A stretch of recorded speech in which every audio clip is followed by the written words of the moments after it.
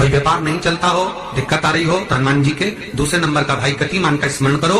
हनुमान जी के उल्टे पांव का सिंदूर लाकर गतिमान का नाम लेकर स्वस्तिक बना दिया जाए व्यापार वाली जगह पर, तो व्यापार अच्छा चलने लगता है महाराज। कोई व्यक्ति पैसा खा गया, नहीं दे रहा, बहुत परेशान हो गए, मांग मांग कर दे गए, नहीं दे रहा, हाथ जोड़ लिए, पांव जोड़ लिए, सब कुछ कर लिया, नहीं दे रहा, तो हनुमान जी के तीसरे नंबर का भाई रतिमान, रतिमान, गतिमान रतिमान, रतिमान का नाम लीजिए।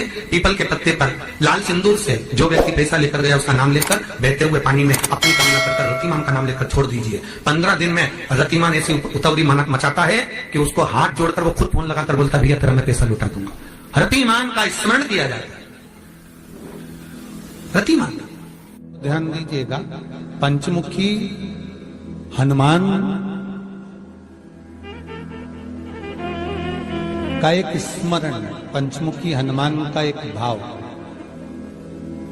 महाराज जैसे बहुत ज्यादा तकलीफ अगर व्यक्ति को हो गई है, बहुत कष्टमय जीवन चल रहा है, हार गए हर जगह से और तकलीफमय जीवन चल रहा है, तो पंचमुखी हनुमान का एक शिव महापुराण का और स्कंद पुराण का एक बड़ा सुंदर मंत्र है। उस मंत्र को आप सब एक बार हमारे साथ में बोलें। ओम नमो हनुमते रुद्र अवताराय सर्व शत्रु संहारणाय सर्व रोग हराय सर्व वशीकरणाय रामदूताय स्वाहा। बस इस मंत्र को हाथ में काली तिल लेकर, एक जौ लेकर और गूगल लेकर, थोड़ा सा इसमें गाय का घी डालकर, कंडे को या अग्नि को जलाकर इस मंत्र का 11 बार 21 बार जाप कर कर अपनी कामना कर कर छोड़ दीजिए। कैसा भी रोग हो, बीमारी हो, कष्ट हो, दुख हो, तकलीफ हो, 21 दिन के अंदर वो आनंद आना प्रारंभ कर देता है। इस मंत्र, स्कंद पुराण का, शिव महापुराण का यह मंत्र मूल पंचमुखी हनुमान सुख देंगे। और एक और चीज याद रखिए महाराज,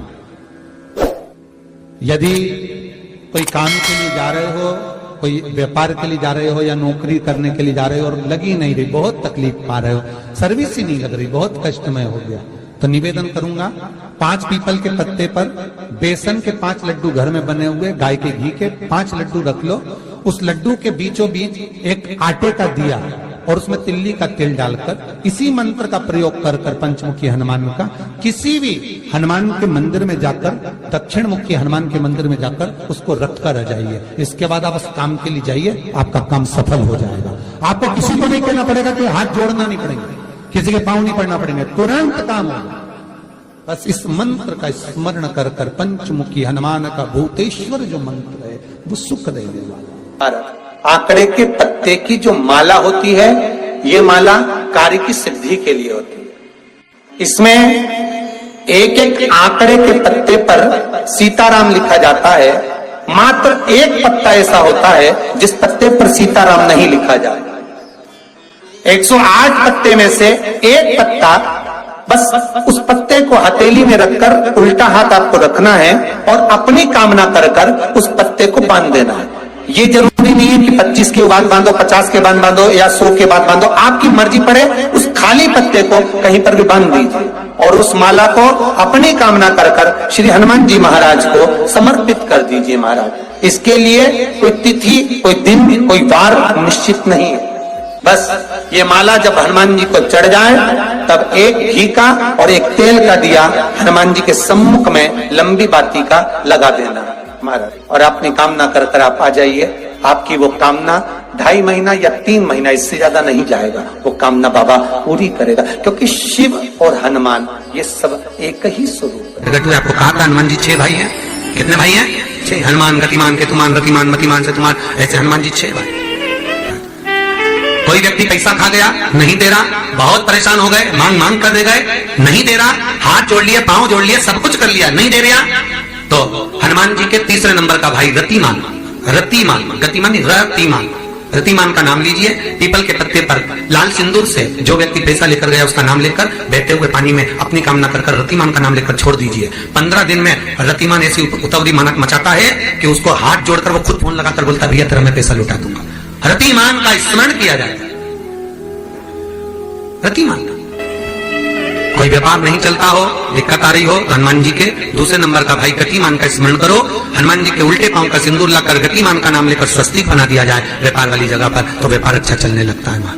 घी का दिया लगाइए अगर 40 का पाठ कर रहे हो हनुमान जी का, और बहुत ज्यादा संकट है, बहुत ज्यादा परेशानी है, तो हनुमान 40 का पाठ करो तो तिल्ली के तेल का दिया लगाओ, काली तिल के तेल का दिया, तिल का तेल का दिया हनुमान जी के सामने आसन बिछाकर।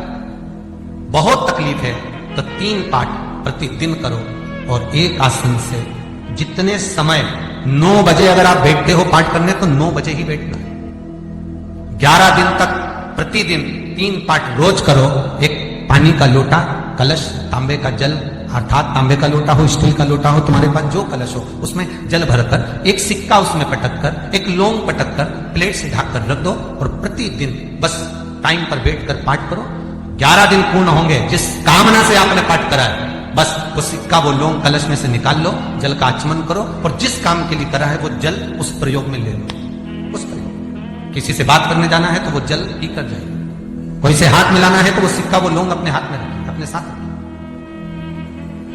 कई लोग कहते हैं हम तो बहुत दिनों से हनुमान चालीसा पढ़ रहे हैं, हम बहुत समय से राम रक्षा स्तोत्र का पाठ कर रहे हैं, हम बहुत समय से ये कर, अरे तो उसको नियम से तो करो। हनुमान चालीसा का प्राकट्य केवल एक दिल से की गई स्तुति, हनुमान जी महाराज की स्तुति, राम जी महाराज की स्तुति तुलसीदास जी ने केवल दिल से करी, केवल मन से। और ये नहीं कहते कि हनुमान चालीसा पढ़ोगे तभी भगवान, नहीं नहीं, आप दिल से अगर भगवान को पुकार लीजिए, आप दिल से पुकारो उसको, वो आएगा, वो प्राप्त होगा और मिलेगा। उसके मिलन में देरी नहीं हो सकती, उसके मिलने में कोई चूक नहीं हो सकती, बस मन से पुकार। चढ़ाओ एक लोटा जल। कभी कभी अगर ऐसा लगे जीवन में कि दुख बहुत ज्यादा आ गया है, बहुत तकलीफ आ गई है, तो लाल चंदन को घिसकर उस लाल चंदन का लेपन भगवान शंकर पर कर कर फिर पानी चढ़ाओ। अगर कोई संकट भारी है और निकट है, जैसे किसी नारी का गर्भ नहीं ठहर रहा, 15 साल हो गए, 20 साल हो गए, 25 साल, जैसे इसने लिखा एक माता ने कि 18 साल की बेटी हो गई थी पर संतान में पुत्र नहीं, तो उसने भाव से कथा सुनी। ऐसे आपके भीतर अगर 20 साल हो गए, 25 साल हो गए, 30 साल हो गए, संतान का सुखी नहीं है, लाल चंदन का लेपन बाबा भोलेनाथ पर करना प्रारंभ करो। पीठिका पर लाल चंदन का लेपन करना। ओम नमः शिवाय, श्री शिवाय नमस्तुभ्यम। दोस्तों स्वागत है आपका शिव शक्ति आस्था चैनल पर। तो दोस्तों आज हम बात करेंगे मंगलवार के उपाय के बारे में, यानी 31 दिसंबर का जो उपाय है उसके बारे में। तो दोस्तों 31 दिसंबर के दिन कौन सा उपाय करना है, कब करना है, कैसे करना है, तो दोस्तों पूज्य गुरु पंडित प्रदीप मिश्रा जी ने बहुत ही सरल भाषा में इस उपाय को बताया है। तो दोस्तों इस कथा को श्रवण कीजिए और इस उपाय को कीजिए। इस उपाय को करके आप अपने जीवन में अपार सफलता प्राप्त कीजिए।